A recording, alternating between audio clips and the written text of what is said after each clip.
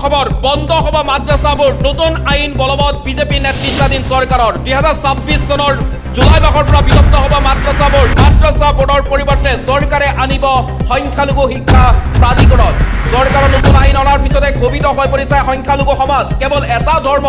target কৰি এই নতুন আইন অনাৰ অভিযোগ সংখ্যালঘু লোকৰ উত্তৰাখণ্ড চৰকাৰে গ্ৰহণ কৰিছে এই সিদ্ধান্ত পুনৰবাৰ জনাই গৈছো বন্ধ হব মাদ্ৰাসা বোৰ্ড নতুন আইন বলবৎ বিজেপি নেতৃত্বাধীন চৰকাৰৰ 2026 চনৰ জুলাই মাহৰ পৰা বিলুপ্ত হব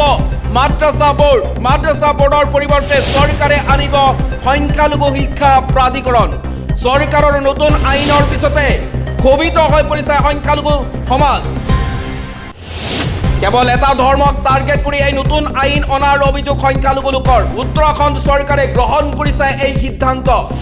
এই মুহূৰ্তত আহি পৰিছে আন এটা গুৰুত্বপূৰ্ণ খবৰ মিয়া শূন্য উৰিয়াম ঘাটত আকৌ নগাঁৱৰ দপদপনি উৰিয়াম ঘাটৰ ৰেগমা বনাঞ্চলৰ উচ্ছেদ স্থলীত উত্তেজনা আজিও স্থগিত উৰিয়াম ঘাট সংৰক্ষিত বনাঞ্চলত উচ্ছেদ